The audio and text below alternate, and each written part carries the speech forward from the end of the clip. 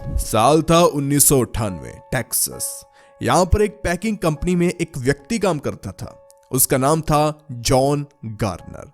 वो काम पर बहुत मशहूर था क्योंकि वो काम बहुत दिल से करता था। एचआर से लेकर मैनेजर सभी उसकी तारीफ करते थे।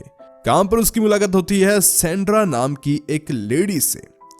अब जॉन के पास काम पर जाने के दो कारण थे, एक तो पैसा और दूसरा सैंड्रा। जॉन सैंड्रा से बातें करना शुरू करता है। जॉन को सैंड्रा बहुत पसंद आती है, लेकिन जब बातें काम की खत्म होती है और पर्सनल बातें शुरू होती है तब जॉन को पता चलता है कि सैंड्रा उससे 13 साल बड़ी है। लेकिन वो कहते हैं ना कि प्यार तो अंधा होता है, एक बार जिससे हो गया वो इंसान चाहे 13 साल बड़ा हो या 30 साल बड़ा, प्यार प्यार होता है। अब जॉन ने इस एज फैक्टर को इग्नोर कर दिया। अब यहाँ पर कुछ समय बाद जॉन को पता चलता है कि सैंड्रा की पहले 2 बार शादी हो चुकी है। अब यहाँ पर जॉन अपने दिल पर हाथ रखकर इस बात को भी इग्नोर कर देता है और सैंड्रा से प्यार करना जारी रखता है। लेकिन फिर उसे पता चलता है कि सैंड्रा के 2 बच्चे भी हैं जो कि उसके साथ ही रहते हैं, एक लड़का एक लड़की। अब यहाँ पर जॉन वही करता है जो हर समझदार व्यक्ति करेगा इस समय पर।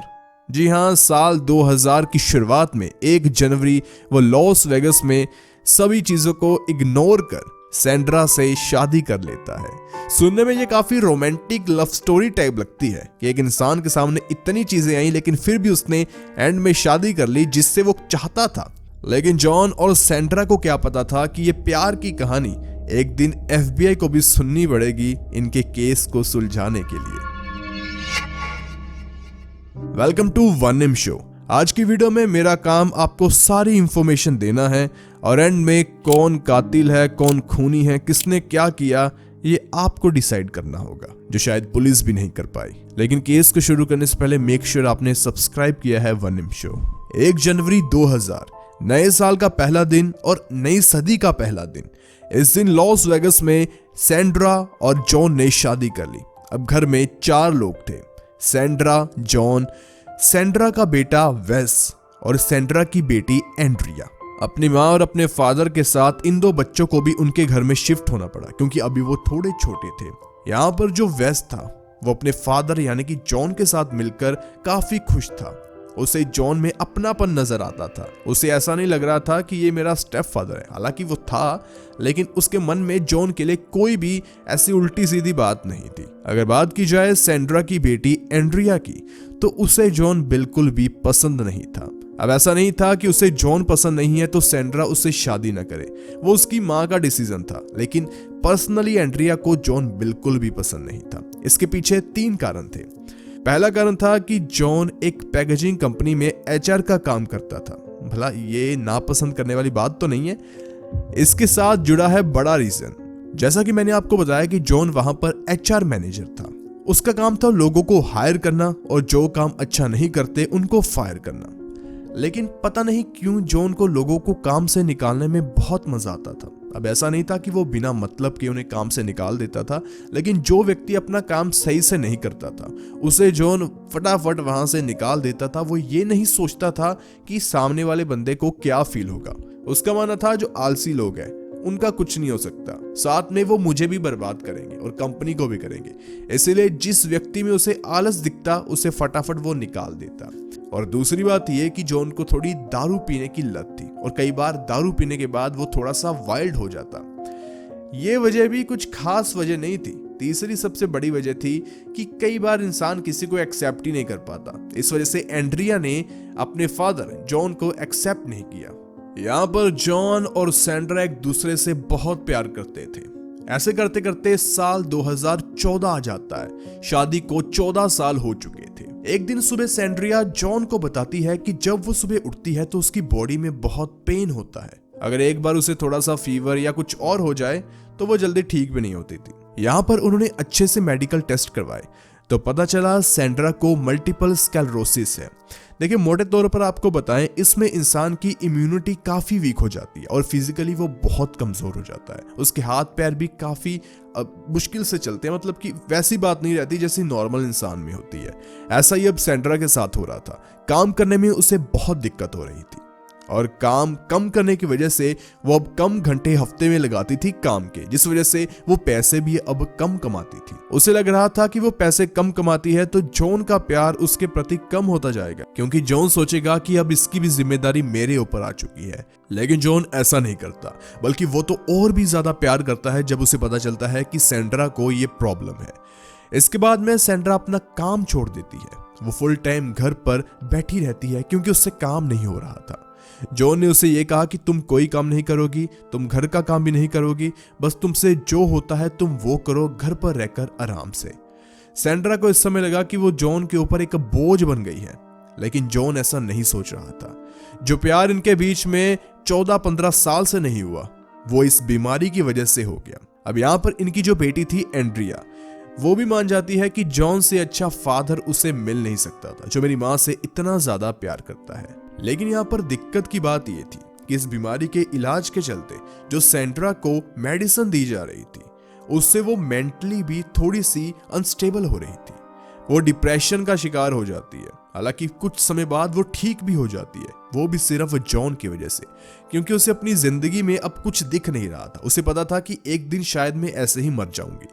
लेकिन जब जॉन का प्यार, जब जॉन की प्रेजेंस उसे समझ में आती है, तब उसे जीने का एक मकसद मिल जाता है। अब यहाँ पर बैक इंफॉर्मेशन मैं बहुत ज्यादा दे रहा हूँ, लेकिन ये भी बहुत जरूरी है, तो ध्यान से सुनिए। अब ऐसे ही करते करते 2 साल और निकल जाते हैं। सैंड्रा कोई काम नहीं कर रही थी। इस समय घर में सिर्फ 2 लोग थे, सैंड्रा और जॉन। बच्चे अलग अलग शिफ्ट हो गए थे, कोई अपनी गर्लफ्रेंड के साथ, कोई अकेला, मतलब कैसे भी वो अपनी फैमिली के साथ नहीं रहते थे। बाहर तो ऐसा ही है। साल 2016 में जॉन गार्नर मेपल टेक्सास में एक छोटा सा टाउन है, एलिस काउंटी, वहां पर एक घर लेता है और इस घर में 4 लोग शिफ्ट होते हैं। जॉन, सैंड्रा, उनके बच्चे नहीं, 2 कुत्ते। ये चारों ही उस घर में एक नई लाइफ को शुरू करते हैं। घर काफी अच्छा था, लेकिन ये टाउन बहुत यूनिक था। देखिए, जो भी घर थे इस टाउन में, उसके आसपास खुली जमीन बहुत ज्यादा थी। अगर कोई पैदल चलकर जा रहा है तो वो दूर से दिख जाता था, क्योंकि आसपास घर थे और साथ में उनके बड़े बड़े गार्डन और खुली जगह थी। इस वजह से ये इलाका बहुत पीसफुल था। किसी के घर में कोई आवाजें आ रही है, कुछ क्या हो रहा है, पास वाले घर को पता नहीं चलेगा, क्योंकि घर के बीच में डिस्टेंस बहुत ज्यादा है। कहने को तो वो पड़ोसी हैं, लेकिन डिस्टेंस बहुत ज्यादा है। अब जहां पर इन्होंने घर लिया था, उसी जगह पर, उसी सड़क पर जॉन के फादर और मदर भी एक घर ले लेते हैं और इनके कुछ रिश्तेदार भी एक घर ले लेते हैं उसी एरिया में। अब संडे को, वीकेंड को, जब भी छुट्टी होती थी, जॉन के स्विमिंग पूल में, जॉन के घर में सैंड्रा और बाकी पूरा परिवार मिलकर बहुत इंजॉय करता था। बहुत पार्टियां इन्होंने ऑर्गेनाइज करवाई। लेकिन ये सब कुछ तब तक चलता है जब तक साल 2018 का पहला दिन नहीं आ जाता। अब जैसा कि मैंने आपको बताया कि इनकी शादी 1 जनवरी को हुई थी, तो ऐसे ही साल 2018 की पहली तारीख इनकी एनिवर्सरी भी थी और साथ में न्यू ईयर तो उस दिन होता ही है। तो ऐसे ही नॉर्मल इनके लिए दिन था, नॉर्मल एनिवर्सरी थी इनके लिए, नॉर्मल नया साल था। लेकिन ऐसा कुछ नहीं होने वाला था। रात के करीब 7 बजे इन्होंने डिनर पर बुलाया वेस को, जो कि इनका बेटा था। वो आता है, डिनर करता है। वैसे ही जॉन और सैंड्रा सो जाते हैं रात के करीब 9:30-10 बजे के आसपास। लेकिन उस दिन न्यू ईयर भी था, इनकी एनिवर्सरी भी थी, तो इसलिए उस दिन ये थोड़ा सा लेट सोते हैं। रात के करीब 12:50 लोकल पुलिस स्टेशन पर एक फोन आता है। 911 ऑपरेटर फोन को उठाता है। 911, what is your emergency? I need somebody to come. I need the police. I need an ambulance. Call पर सैंड्रा रो रही थी और 911 ऑपरेटर कहता है कि बॉडी को नीचे जमीन पर लेटाकर उसे CPR दो। सैंड्रा ये सब कुछ करती है और 15 मिनट के अंदर पुलिस उसके घर पहुंच जाती है। पुलिस जब घर के अंदर जाती है, उन्होंने अपनी चेस्ट पर कैमरा लगाए हुए थे और जो भी आप देख रहे हैं, ये पुलिस की चेस्ट कैमरा से रिकॉर्ड हुई फुटेज है। पुलिस सबसे पहले अंदर जाती है उस रूम में जहां पर सैंड्रा होती है। वो देखते हैं कि बेडशीट पर खून है और नीचे एक बॉडी है। पुलिस वाला उसे चेक करता है। सैंड्रा पूछती है, ये जिंदा तो है ना? पुलिस वाला नहीं कहता है। No, ma'am. अब यहाँ पर पुलिस ने कुछ नहीं पूछा ये क्या हुआ क्यों हुआ, फटाफट अपनी गन को निकालते हैं, दरवाजों को लॉक करते हैं और एक एक कमरे को चेक करते हैं, क्योंकि उन्हें यहाँ ये लग रहा था कि ये जिसने भी किया वो घर के अंदर मौजूद होगा। Did you see who did this, man? Yes! Who? I don't know who. He came in here. He came in the house? Yes! Chief. Yeah. May still be here. Huh? Don't know yet. Police पूरे घर को check करती है, उन्हें घर के अंदर कोई नहीं मिलता।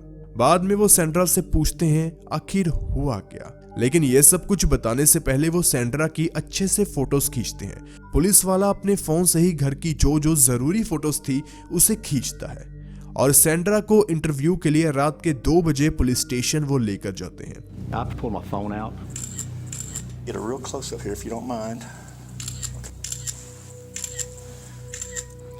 तब उससे पूछते हैं कि आखिर क्या हुआ रात को। वो कहती है कि हमारी एनिवर्सरी थी, न्यू ईयर भी था, हम रात को सोए और जब मैं सो रही थी तब मुझे गोली की आवाज आई और मैंने देखा कि मेरे सामने कोई खड़ा हुआ है। उसके हाथ में टॉर्च है और एक हाथ में गन है। उसने ब्लू जीन और ब्लू हुडी पहनी हुई है, चेहरे पर मास्क लगा हुआ है और उसने गोली मारी जॉन को। गोली की आवाज से मैं उठ गई। फिर उसने कहा कि उसने एक नहीं 2 गोलियां मारी। अब यहाँ पर सैंड्रा ने कहा कि मैंने उसे कहा कि डोंट किल मी, मतलब मुझे मत मारना, और मैं उससे छुपती छुपती बेड के नीचे चली गई। उसने मुझे कहा कि नहीं मैं तुम्हें नहीं मारने आया, मैंने जॉन से बदला ले लिया, मैंने बहुत मेहनत की, मैं बहुत मेहनत से काम करता था, लेकिन जॉन ने 1 सेकंड में मुझे फायर कर दिया, मुझे काम से निकाल दिया। मेरी जॉब गई, मेरा पैसा गया, मेरा घर गया, मेरी बीवी गई, मेरे बच्चे गए, सिर्फ इस आदमी की वजह से। आज मैंने इससे बदला ले ही लिया। उसके बाद में वो कहता है कि मैंने सुना है कि जॉन गार्नर के घर में पैसा बहुत है, जितना भी पैसा तुम्हारे घर में पड़ा है वो मुझे दे दो, वरना तुम जिंदा नहीं बचोगी। वो जाती है जिस ड्रॉर में पैसे पड़े हुए थे, $18,000 यानी कि करीब करीब 14-15 लाख के आसपास, वो उसे दे देती है। यहाँ पर थोड़ी सी लाइट थी, उनके कमरे में तो अंधेरा था लेकिन वहां पर थोड़ी सी लाइट थी और तब वो उस आदमी का थोड़ा सा चेहरा देखने की कोशिश करती है। हालांकि जब वो उसका चेहरा देख रही थी, वो आदमी उसकी तरफ आंखें दिखाता है, तब वो डर जाती है कि कहीं ये मुझे ना मार दे और वो अच्छे से चेहरा देख नहीं पाती। वो आदमी उसे कहता है कि तुम वॉशरूम में जाओ और वहां पर बैठ जाओ और जोर से 1 से लेकर 100 तक काउंटिंग करो, मैं बाहर ही खड़ा हूं। अगर तुमने बीच में इसे छोड़कर बाहर आने की कोशिश की तो मैं तुम्हें गोली मार दूंगा और उसके बाद में तुम चाहे पुलिस को फोन करना, चाहे आर्मी को, किसी को भी फोन करना, लेकिन अगर 100 गिनने से पहले बाहर आई तो मैं तुम्हें मार दूंगा। सैंड्रा डरी हुई थी और वो ऐसा ही करती है, वो काउंटिंग शुरू करती है। पीछे से वो आदमी चला जाता है और बाद में वो फटाफट 100 तक गिनती पूरी करने के बाद बाहर आती है और बाहर आकर वो पुलिस को फोन कर देती है। 911 ऑपरेटर ने उसे कहा था कि बॉडी को जमीन पर लेटाओ और उसे CPR दो, यानी कि अपने मुंह से सांस दो। उसने इसी वजह से जॉन की बॉडी को बेड से नीचे उतारा था। ये पूरी बात सैंड्रा इन्वेस्टिगेशन इंटरव्यू के दौरान उसी रात को बताती है पुलिस को। अब यहाँ पर पुलिस सैंड्रा के हाथ को स्कैन करते हैं, ये जानने के लिए कि कहीं उसके हाथों में गन रेसिड्यू तो नहीं है। देखिए, गन रेसिड्यू क्या होता है, जब गोली चलती है तो जिसने चलाई होती है उसके हाथ में भी कुछ पार्टिकल्स आ जाते हैं और जहां पर लगी होती है उसके आसपास जगह पर भी वो गन रेसिड्यू के पार्टिकल्स आ जाते हैं। अब सैंड्रा के केस में क्या हुआ कि उसके हाथ में कुछ ज्यादा गन पार्टिकल्स नहीं मिले और जितने मिले पुलिस ने कहा कि इसने जॉन को CPR भी दी, उसे उठाया भी, साइड भी किया और बाकी चीजों को भी टच किया, शायद उसकी वजह से आ गए हो। उसके हाथों में मौजूद गन रेसिड्यू से ये लग नहीं रहा था कि इसने गोली चलाई हो। इसके बाद में पुलिस उसके कपड़े ले लेते हैं, उसे दूसरे कपड़े दे देते हैं। कपड़ों पर कुछ गन पार्टिकल्स मिलते हैं उसकी लेफ्ट बाजू पर, तो पता चला कि उसके लेफ्ट साइड के पास में जॉन पड़ा हुआ था। जब जॉन को गोली लगी तो उस समय कुछ पार्टिकल्स उसकी लेफ्ट साइड की जो बाजू है उसके ऊपर आ गए। अब पुलिस ये सब कुछ कर रही थी, उसके पीछे फोरेंसिक टीम जाती है और क्राइम सीन को बर्बाद होने से पहले जितनी हो सके एविडेंस कलेक्ट करने की कोशिश करती है। वो पूरे घर की अच्छे से छानबीन करते हैं, एक एक कार से लेकर एक एक रूम से लेकर हर जगह, घर के बर्तन तक वो अच्छे से देखते हैं कि कहीं उन्हें कुछ मिल जाए। जितने हो सके एविडेंस कलेक्ट करने के बाद वो वापस आ जाते हैं और सैंड्रा को अपने घर भेज दिया जाता है। अगले दिन सैंड्रा के सभी रिश्तेदार इकट्ठा होते हैं और उससे पूछते हैं कि कल रात क्या हुआ, कौन था, क्या हुआ क्या नहीं हुआ। सैंड्रा उन्हें पूरी कहानी बताती है कि क्या क्या हुआ। यहाँ पर सैंड्रा की सभी बातें सुनने के बाद फैमिली का एक मेंबर जाता है पुलिस स्टेशन और पुलिस को कहता है कि ये जो सब कुछ हुआ वो सैंड्रा ने ही किया है। ये कोई और नहीं बल्कि सैंड्रा का खुद का बेटा, अपना बेटा वेस था। If she did something like that, I don't understand why. What's your thoughts? I don't want to say. उसने पुलिस के पास जाकर एक सीधा फैक्ट रखा। देखिए, इस घर में 2 कुत्ते हैं। जब आप घर के अंदर गए थे आपके ऊपर भौंके थे? पुलिस वाले कहते हैं हाँ भौंके थे। पुलिस के पास उस पूरे सीन की क्लिप भी थी। तो वेस कहता है कि अगर कोई कातिल बाहर का आदमी घर के अंदर आएगा तो कुत्ते क्यों नहीं भौंकेंगे? अगर वो भौंके तो ये लोग जागे क्यों नहीं? और अगर ये जागे तो ये सब कुछ कैसे हुआ? फिर तो पूरी कहानी ही सैंड्रा की फेक है। इसके बाद में वेस कहता है कि मैं ज्यादा कुछ तो नहीं कह सकता, वो मेरी माँ है, लेकिन मुझे लगता है कि ये सब कुछ सैंड्रा ने ही किया। यहाँ पर वेस कहता है कि सैंड्रा के पास एक गन है जो कि अपनी मस्टैंग गाड़ी की सीट के नीचे वो छुपा कर रखती है। वो वैसे पर्स में रखती थी, लेकिन अब उसने वो सीट के नीचे रखी हुई है। अब एक और बात पुलिस को अजीब लगी कि जब पुलिस घर के अंदर गई तो वहां पर उन्हें 49 गन और 12 राइफल्स मिली। हालांकि जॉन कोई बड़ा बिजनेसमैन या बहुत अमीर आदमी नहीं था, बल्कि एक जॉब करने वाला आदमी था और घर में पैसे कमाने वाला भी वही था। अब इतनी ज्यादा बंदूकें क्यों रखी, इसका कोई लॉजिक नहीं था। जब सैंड्रा से पूछा गया तो उसने कहा कि काफी दुश्मन थे जॉन के, क्योंकि वो लोगों को फायर कर देता था, इस वजह से अपनी प्रोटेक्शन के लिए इतनी बंदूकें रखी थी। लेकिन दूसरा कारण यह था कि जॉन को बंदूकों का शौक था, इस वजह से रखी। अब पुलिस ने सारी बंदूकें चेक की, जितनी भी इनके नाम पर रजिस्टर थी जॉन और सैंड्रा के नाम पर, सभी मिल गई सिवाय एक बंदूक के जो कि सैंड्रा के नाम पर कुछ साल पहले ही ली गई थी। और अब वेस भी यही कह रहा था कि सैंड्रा अपनी गाड़ी के नीचे एक बंदूक रखती है। वो वैसे पर्स में रखती थी लेकिन अब गाड़ी के नीचे है। तो पुलिस कहती है कि चलो कोई बात नहीं, हम जाकर देख लेंगे। अब यहाँ पर फोरेंसिक टीम को जॉन के बेड पर एक गोली मिली। वो एक पिलो के अंदर थी और ये वही गोली थी जिससे जॉन गार्नर मर गया। एक पिलो पर लगी, एक जॉन को लगी। उन्होंने वो गोली निकाल ली थी। इसके बाद में पुलिस की टीम जाती है फटाफट सैंड्रा के घर में। सैंड्रा उन्हें देखकर बहुत नाराज होती है। वो कहती है कि आप लोग रोज ही आ जाते हो, मैं तंग आ चुकी हूँ। पुलिस कहती है कि ये हमारा काम है, मुझे करना ही है। उसके बाद में वो पूरे घर की चेकिंग करते हैं। बाद में जाते हैं गैराज में। जब वो गैराज की ओर जा रहे थे तब सैंड्रा उनसे बहुत ज्यादा गुस्से में बात करती है और कहती है कि आपको मेरे घर में बार बार आने का कोई हक नहीं। आपने अपनी इन्वेस्टिगेशन की, ठीक है, लेकिन बार बार मत आओ। लेकिन पुलिस गैराज के अंदर जाती है और गाड़ी की चाबी मांगती है। सैंड्रा चाबी देने से मना करती है पहले, लेकिन बाद में वो चाबी दे देती है। पुलिस गाड़ी को चेक करती है। गाड़ी के सीट के नीचे एक बंदूक मिलती है। ये छोटी सी गन थी और इसे एक गीले तौलिए में लपेटा हुआ था।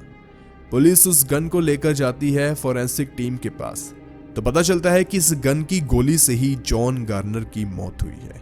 जब पुलिस उस गन पर फिंगरप्रिंट को चेक करती है तो गन के ऊपर कोई भी फिंगरप्रिंट होता ही नहीं है। इसके बाद में सबसे बड़ा सस्पेक्ट बन जाती है सैंड्रा गार्नर कि उसने ही अपने पति जॉन गार्नर को मारा। पुलिस उसे अरेस्ट करती है और पूरी फैमिली हैरान। अब पूरी फैमिली रिक्वेस्ट करती है कि आप सैंड्रा को जॉन के फ्यूनरल पर आने की परमिशन दो, लेकिन उसे परमिशन नहीं मिलती। उसे बेल मिल सकती थी, लेकिन $2 मिलियन देने के बाद, यानी कि करीब करीब 15-16 करोड़ रुपए देने के बाद उसे बेल मिल सकती थी। होगा कोई कानून। खैर, यहाँ पर वो बेल पर बाहर नहीं आ सकती थी। अब पुलिस को लगा कि हमने लगभग केस को सॉल्व कर लिया। अब आपको भी ऐसा लग रहा होगा ना, तो रुकिए जरा, सब्र कीजिए। इसके बाद में सैंड्रा करीब 2 साल जेल में रहती है। ऐसा नहीं कि उसे सजा मिल चुकी थी, उसका केस पेंडिंग था। केस शुरू होता है। इसके बाद में ऑपोजिशन पहला सबसे बड़ा सबूत पेश करता है गन, कि सैंड्रा की गन है, इसी से मौत हुई है जॉन की। दूसरी चीज मिलती है बहुत इंटरेस्टिंग। देखिए, सैंड्रा के पास एक टैबलेट था। Tablet mean iPad. उस आईपैड के ऊपर 4 दिन पहले 27 दिसंबर के आसपास रात के 11 बजे एक सर्च होती है कि how to kill someone in sleep. और यह सर्च ऐसा भी नहीं था कि इसके बारे में बहुत सर्च किया हो। ऊपर था how to make cappuccino easily, नीचे था how to kill someone in sleep, और फिर नीचे था कि एस्प्रेसो, चाय, कॉफी, इसके बारे में चीजों को सर्च किया था। लेकिन बीच में ये सर्च थी how to kill someone in sleep. ये एविडेंस भी कोर्ट में पेश किया जाता है। लेकिन उसके बाद में जो सैंड्रा का वकील होता है वो कहता है कि आपने उस रात को सैंड्रा की फोटोज ली थी। पुलिस वाला कहता है कि हाँ ली थी। वो कहता है कि वो कहाँ पर है। वो कहता है कि वो तो पता नहीं डिलीट होगी गलती से। तो यहाँ पर वो जज के सामने ये कहता है कि पुलिस ने अपना काम बिल्कुल भी ठीक नहीं किया। यहाँ पर कुछ भी हो जाए लेकिन इन्वेस्टिगेशन अच्छे तरीके से हुई ही नहीं है, नहीं तो इनकी फोटोज कैसे डिलीट हो गई। पूरी चीजें अच्छे से जानने के बाद कोर्ट इस नतीजे पर पहुंचता है कि सैंड्रा इज नॉट गिल्टी, उसने कुछ नहीं किया। और पुलिस और जज और कोर्ट लैक ऑफ एविडेंस की वजह से सैंड्रा की उस कहानी को मान लेते हैं कि हाँ ठीक है, कोई आदमी बाहर का आया होगा, ठीक है। अब आते हैं इस केस के दूसरे पहलू पर। देखिए अब यहाँ पर लॉ ने अपना काम कर दिया कि इसमें सैंड्रा की कोई गलती नहीं है। लॉ, पुलिस और बाकी सारी चीजें अब यहाँ पर पूरी कहानी से निकल चुके हैं। अब आते हैं मुद्दे की बात पर कि हुआ क्या है। देखिए सबसे बड़ी बात है वेस जो कि बेटा, उसने अपनी मां से बात तक नहीं की और सीधा वो पुलिस स्टेशन चला गया। पुलिस ने पहले सैंड्रा की मस्टैंग को अच्छे से चेक किया लेकिन उन्हें कुछ नहीं मिला। वो दूसरी बार जब चेक करने गए तो उसके अंदर से बंदूक मिली और वो बंदूक किसी गीले टावल में लपेटी हुई थी। और दूसरी बात, वेस का अचानक से पुलिस के पास जाना पुलिस को भी अजीब लगा। पुलिस ने उसका लाई डिटेक्टर टेस्ट और बाकी टेस्ट भी करवाए, वो भी आपको बताते हैं। उससे पता चला कि वेस ये काम कर ही नहीं सकता। क्यों नहीं कर सकता? वैसे पूछा गया कि तुम कितने बजे घर गए? उसने बोला कि मैं 7 साढ़े 7 के आसपास घर चला गया। पुलिस ने पूछा उसके बाद क्या किया? उसने कहा कि मैंने नेटफ्लिक्स देखा रात तक, तो बस यही था।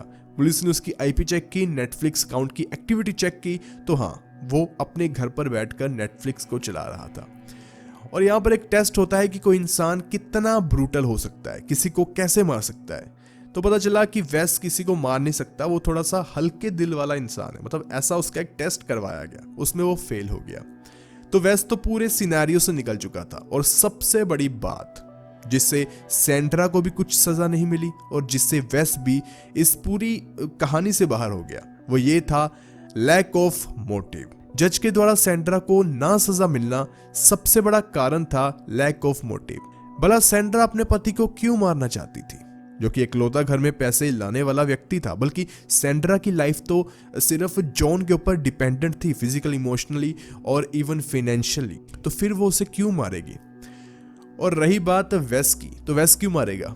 वेस का भला अपने माँ बाप से क्या लेना देना कि वो उसे मार ही दे। अब यहाँ पर आते हैं कि ये सब कुछ किया किसने है। सबसे पहले लॉ के मुताबिक Sandra Garner is not guilty, ठीक है जी। लेकिन क्या वो सच में नॉट गिल्टी है? सबसे बड़ी बात यह है कि जब कोई व्यक्ति किसी को मारने आता है, वो अपने पास टॉर्च को लेकर आता है, मास्क पहनकर आता है ना, और घर का एड्रेस भी उसे पता होता है। लेकिन उसे ये नहीं पता था कि गन भी लेकर जानी है अपनी। वो सैंड्रा की गन से भला किसी को क्यों मारेगा? और दूसरी बात, घर में कुत्ते थे, वो क्यों नहीं भौंके? वो तो पुलिस को भी भौंके, हर स्ट्रेंजर को वो भौंकते थे, तो वो उस कातिल को क्यों नहीं भौंके? चलो मान लेते हैं कि यहां तक कहानी बिल्कुल सही है। उसके पास गन नहीं थी, उसने सैंड्रा की गन ले ली, चलो उसने जॉन को मार दिया। उसके बाद में उस मर्डरर का, उस कातिल का सैंड्रा के साथ बातें करना कि ये तो लोगों को फायर करता था, मेरे पास घर नहीं है, ये नहीं है, वो नहीं है, हाँ तुम्हें नहीं मारूंगा मैं क्योंकि मेरा बदला सिर्फ इसके तक था, वो भी बिल्कुल फिल्मी कहानी लगती है। इस वजह से उस पर यकीन करना मुश्किल हो जाता है। मान लो कि उस कातिल के पास और समय होता तो क्या पता वो अपने न्यू ईयर के रेजोल्यूशन भी सैंड्रा के साथ शेयर करके जाता। ये सारी बातें, सवाल ये सभी सैंड्रा से पूछे गए, लेकिन उसने कहा कि मैं जो भी बोल रही हूँ ये सच है, ये सब कुछ हुआ है। लेकिन अगर लॉजिकल देखें तो ऐसा होना पॉसिबल है नहीं। और तीसरी बात, देखिए वो कातिल था, उसे पता था कि मुझे एक व्यक्ति ने देख लिया ये सब कुछ करते करते, वो है सैंड्रा, तो भला वो उससे क्यों नहीं मार के गया? अगर वो क्रिमिनल है तो वो पूरा क्राइम करके जाएगा। अपने आप को बचाने के लिए क्रिमिनल कुछ भी कर सकता है। और चौथी सबसे बड़ी बात, सैंड्रा के आईपैड से सर्च होना कि किसी को कैसे मारे वाइल स्लीप। तो ये सारी चीजें इशारा करती है कि ये सैंड्रा का ही काम है। अब बात आती है वही, व्हाट इज मोटिव, इसके पीछे मोटिव क्या है? अब इस मोटिव को ढूंढते ढूंढते दूसरा सस्पेक्ट आता है वेस। अब बात करते हैं वेस की। ये सब कुछ वेस ने किया, लेकिन उसके सामने भी एक बड़ा सवाल है कि मोटिव क्या है? चलो मोटिव छोड़ो, वैसे ही मार दिया, लेकिन फिर सैंड्रा ने क्या वेस की आवाज भी पहचानी नहीं, क्या वेस का चेहरा भी पहचाना नहीं। देखिए आपका अपना चाहे हेलमेट पहनकर कुछ भी पहनकर आपके सामने आ जाए, उसने तो सिर्फ मास्क पहना था, आप पहचान लोगे, लेकिन सैंड्रा ने नहीं पहचाना और वॉइस तक नहीं पहचानी, तो इस वजह से वो वेस तो हो ही नहीं सकता। और तीसरी बात ये कि वेस उस समय घर पर नेटफ्लिक्स एंड चिल कर रहा था, उसकी एक्टिविटी भी रिकॉर्ड हुई और पुलिस ने उसका आईपी एड्रेस सब कुछ चेक किया, वो उसके अपार्टमेंट से ही लॉगिन था उस समय। तो इसका मतलब ये सब कुछ सैंड्रा ने किया, ऐसा नहीं है। सबसे बड़ी बात कि पुलिस ने जब सैंड्रा के हाथों को स्कैन किया, जो गन रेसिड्यू थे वो हाथों से मिले नहीं। तो अगर सैंड्रा ने गोली चलाई तो उसके हाथों से वो क्यों नहीं मिले और उसकी लेफ्ट साइड वाली बाजू से गन रेसिड्यू मिले, ऐसा कैसे हो सकता है? वो भी सिर्फ उतने ही आए जितने की जॉन के साथ वो दूरी पर लेटी हुई थी, जितने वहां तक आ सकते थे। अब ऐसा तो था नहीं कि वो इतनी शातिर थी कि उसने थोड़े थोड़े ऐसे, मतलब ये पॉसिबल नहीं है। फिर ये कैसे हुआ? और दूसरी बात रही आईपैड की, तो आपको बता दें कि आईपैड के ऊपर कोई भी लॉक वगैरह नहीं था। और एक और बात, ये पूरी सर्च हुई रात के 11 बजे और ये दोनों करीब करीब 9:30-10 बजे सो जाया करते थे। हाँ, ऐसा भी नहीं है कि कोई इंसान अगर 9:30 रोज सोता है तो वो रोज ही सोएगा, हो सकता है कि वो जाग रही हो उस दिन और सैंड्रा ने ये सर्च किया हो। लेकिन ये बहुत एक अजीब चीज थी। ऊपर था कि हाउ टू मेक कैपुचिनो, नीचे था कॉफी के बारे में, लेकिन बीच में हाउ टू किल समवन सिर्फ एक सर्च और एक आर्टिकल पढ़ा गया, 16 वे टू किल समवन और बिना पकड़े जाए, ऐसा कुछ आर्टिकल था। लेकिन एक ही आर्टिकल पढ़ा, वो ऐसा लग रहा है कि किसी ने उसका आईपैड लिया, उसमें सर्च किया, ये पूरी एक बिगर पिक्चर की छोटी सी एक चीज है। कोई बड़ी साजिश हो रही थी सैंड्रा और जॉन के खिलाफ। कर कौन रहा था ये नहीं पता। मतलब कि अब तक ना तो सैंड्रा किलर है और ना ही वेस, तो फिर किसने मारा, कौन था वो? यहाँ पर आती है सैंड्रा की कहानी कि कोई व्यक्ति जॉन के नीचे काम करता था, जॉन ने उसे निकाल दिया और बाद में ये रिवेंज, ये बदला है। तो यहाँ पर आती है पुलिस की इन्वेस्टिगेशन। पुलिस ने उन लोगों को बुलाया, उनसे पूछा जो कि जॉन के द्वारा काम से निकाले गए थे, और सभी के ऊपर अच्छे से जांच पड़ताल करने के बाद कोई भी सस्पेक्ट उनमें से नहीं निकला। कई तो काफी अच्छी जॉब करने लगे और कई तो काफी दूर रहते थे। और वैसे भी इन्होंने अपनी सिटी को चेंज किया। ये पहले पेरिस टेक्सास में रहते थे, अब मेपल टेक्सास में रहते हैं। 3 घंटे की ट्रैवल डिस्टेंस है। तो यहाँ पर वो कैसे ये सब कुछ कर सकते हैं ये समझ में नहीं आता। तो वो पूरी कहानी तो कम से कम फेक नजर आती है। और बात आती है दूसरी, इनका एरिया। इनका एरिया कुछ ऐसा था कि यहाँ पर लोगों की जमीनें बहुत खुली खुली थी। आपको मैंने बताया कि घर पास होते होते भी दूर दूर थे, तो कोई अनजान आदमी ऐसे नहीं आ सकता था। कोई अनजान आदमी ऐसे ही घर में घुसकर मार कर ऐसे भाग नहीं सकता था। वो पकड़ा जाता, कम से कम पड़ोसियों की प्रॉपर्टी में तो वो चला ही जाता। आपकी इस बारे में क्या पूरी राय है, आप कमेंट में जरूर बताएं। लेकिन मेरे हिसाब से सैंड्रा का कातिल होना 80% 85% के आसपास सैंड्रा ने ही ये सब कुछ किया है, और बाकी बचा 10% जॉन ने किया है। मतलब जॉन ने खुद नहीं किया, किसी से करवा सकता है, लेकिन देयर इज नो मोटिव। दोनों के पास कोई मोटिव नहीं था। ऐसा हो सकता है कि किसी बाहर के आदमी ने ये कर दिया, उसकी संभावना तो हो सकती है, लेकिन जिस तरीके से सैंड्रा ने बताया कि वो मेरे से बातें करके गया, तो इसकी पॉसिबिलिटी बहुत कम हो जाती है। ओनली 5% या 10% के आसपास कि कोई बाहर का आदमी आया। 80% सैंड्रा, 10% उसका बेटा और 10% कोई बाहर का आदमी। लेकिन शायद ये केस कभी नहीं सुलझेगा और शायद इसे कोई सुलझाना भी नहीं चाहता, क्योंकि कोर्ट ने अपना डिसीजन दे दिया। आपकी इसके बारे में क्या राय है? आप किसको कातिल मानते हैं? आज का थोड़ा अलग सा केस आपको कैसे लगा, नीचे कमेंट सेक्शन में जरूर बताएं। लेकिन जाने से पहले कमाल की मिस्ट्री, आखिर कौन थी सैफरॉन बीपीओ गर्ल? ये वीडियो जरूर देखिए, must watch. Thank you for subscribing 1M show.